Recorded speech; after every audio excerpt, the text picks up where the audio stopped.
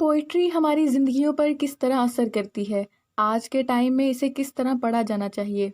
या modern society में poetry क्या रोल प्ले कर रही है? इन सारे सवालात को कंसीडर करते हुए मैथ्यू आर्नल्ड अपने एसे द स्टडी ऑफ पोइट्री में बताते हैं कि पोइट्री हाई डेस्टिनीज रखती है, यानी पोइट्री बहुत आला किस्म का आर्ट है। आर्नल्ड ने अपने इस एसे में दो तरह के आर्ट को क्रिटिसाइज किया है, पहला आर्ट ऑफ पोइट्री और दूसरा आर्ट ऑफ क्रिटिसिज्म। 1880 में एक एंथोलॉजी द इंग्लिश पोइट्स, जिसको टी.एच. वार्ड ने एडिट किया, उसके इंट्रोडक्शन में आर्नल्ड ने ये ऐसे द स्टडी ऑफ पोइट्री लिखा और कहा कि हमें पोइट्री की वर्थ यानी कीमत को जानना चाहिए, क्योंकि ये हमें आईना दिखाती है, यानी ये मिरर ऑफ लाइफ है। और मॉडर्न वर्ल्ड में पोइट्री हमारे लिए लाइफ को इंटरप्रेट करती है, मायूसी के वक्त हमें सहारा देती है और हमें सस्टेन रखती है। मैथ्यू आर्नल्ड मजीद कहते हैं कि रिलीजन और साइंस दोनों पोइट्री के बगैर इनकम्प्लीट यानी अधूरे हैं, क्योंकि पोइट्री के अंदर वो तमाम आइडियाज़, पैशंस और नॉलेज होता है जो डिस्कवरीज और नई नई ईजादात को जन्म देते हैं। आर्नल्ड विलियम वर्ड्सवर्थ का रेफरेंस देते हुए कहते हैं, वर्ड्सवर्थ ने भी कहा कि पोइट्री तमाम साइंसेस को सपोर्ट करती है, इसलिए एक रीडर को अच्छी पोइट्री और बुरी पोइट्री के दरमियान फ़र्क का पता होना चाहिए ताकि वो अच्छे से इसे क्रिटिकली जज कर सके। फिर आर्नल्ड कहते हैं कि पोइट्री क्रिटिसिज्म ऑफ लाइफ है और एक पोइट का ज़िंदगी के अहम मामलात यानी लव, डेथ, फेट और फ्री विल की तरफ एटीट्यूड बहुत मायने रखता है कि पोइट उनको किस तरह बयान करता है, और अगर उनमें साउंड आइडियाज़ की कमी होगी तो पोइट्री अपनी हाई डेस्टिनी को अचीव नहीं करेगी। फिर मैथ्यू आर्नल्ड हाई सीरियसनेस की बात करते हैं कि पोइट्री को हाईली सीरियस होना चाहिए, जिस तरह के होमर, डांटे, शेक्सपियर और मिल्टन की पोइट्री है जिनमें बहुत ही सीरियसनेस है, और अरिस्टोटल जिसने पोइट्री को हिस्ट्री से भी ज़्यादा वैल्यू दी और कहा कि ये हायर ट्रुथ और हायर सीरियसनेस रखती है।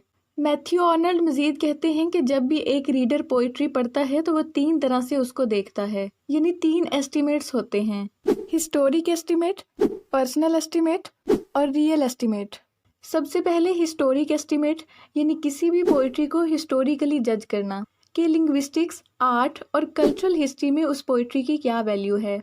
मिसाल के तौर पर टी.एस. एलियट, जो अपने टाइम के बहुत बड़े पोइट जाने जाते हैं और हिस्टोरिकली भी वो अहम हैं, लेकिन ज़रूरी नहीं कि टी.एस. एलियट ने जो भी लिखा वो सही है और तारीफ़ के काबिल है और उनका हर वर्क पोइट्री की हाई डेस्टिनीज को अचीव करता हो।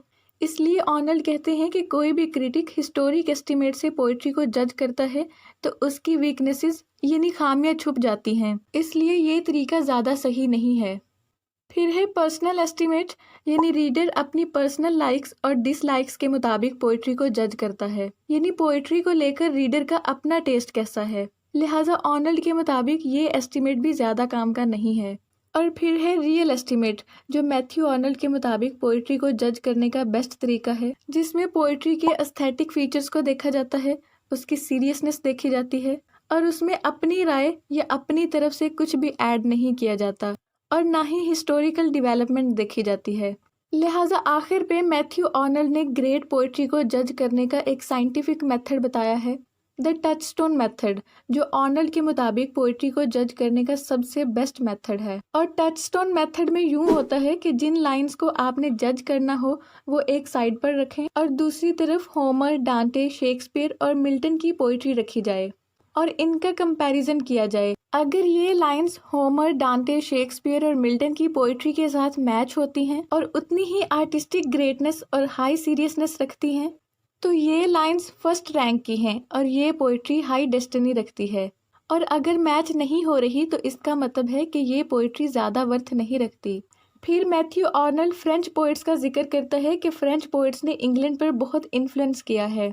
फिर आर्नल्ड नॉर्दर्न फ्रांस और साउदर्न फ्रांस की पोइट्री के दरमियान डिफरेंस बताता है कि साउदर्न फ्रांस की पोइट्री ने इटालियन लिटरेचर पर बहुत इन्फ्लुएंस किया और नॉर्दर्न फ्रांस की पोइट्री 12th और 13th सेंचुरी में यूरोप पर डोमिनेंट रही। ये पोइट्री एंग्लो नॉर्मन्स के साथ इंग्लैंड में आई और इंग्लिश पोइट्री पर असर डाला।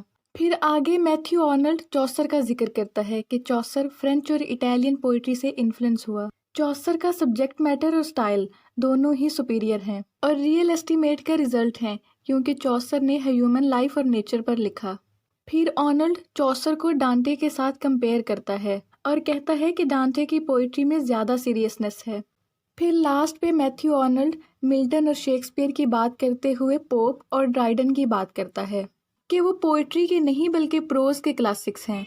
और फिर रोमांटिक पोइट्स जैसा कि बायरन, शैले और वर्ड्सवर्थ का जिक्र करता है, लेकिन इन पर कोई जजमेंट पास नहीं करता। व्यूअर्स, इसी के साथ ये वीडियो एंड होती है। उम्मीद करती हूँ आपको समझ में आई होगी। Thank you so much for watching.